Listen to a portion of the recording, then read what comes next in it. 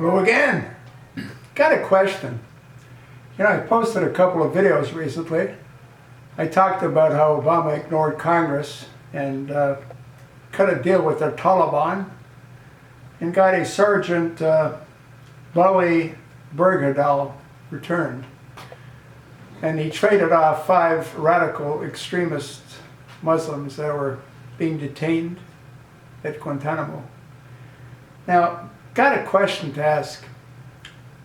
I also did a video a short while ago, and I talked about an American that converted to Islam, and he blew himself up by detonating a truck bomb. And from what we were told, he was in Syria for less than 3 months. Now, we don't know when he was radicalized. It could have been when he was in the States. Why else would he have gone over to Syria to join Al-Qaeda? Now, here's my question. Did anybody evaluate the mental state of Sergeant Bowe Berghdahl before they cut the deal with the Taliban?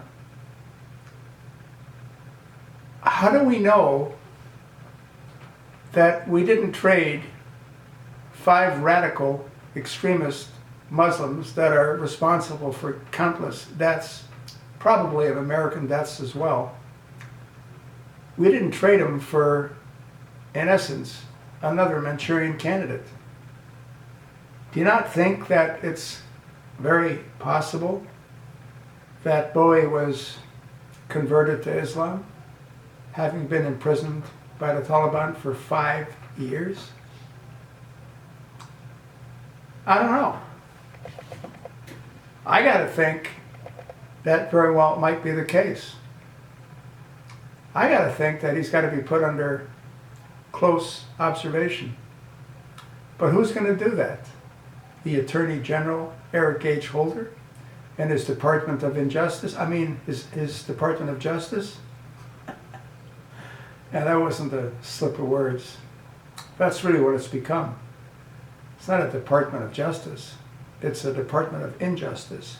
If it were a Department of Justice, a lot of those phony scandals would have been proven to be anything other than phony scandals. But this isn't about Eric H. Holder Jr. This is about Obama cutting a deal, letting the Taliban know that an American's life is worth 5 of their radical extremists. I also read a little article that the 5 that were released were identified as people that they wanted back over a year ago. Yeah, these people are completely over the edge of the ledge. One of them was very close to bin Laden, supposedly. I don't know, guys and gals. All I'm saying is, do we know, number one, that Bowe Berghdahl isn't in fact a Manchurian candidate? I gotta believe he's been turned a very long time ago.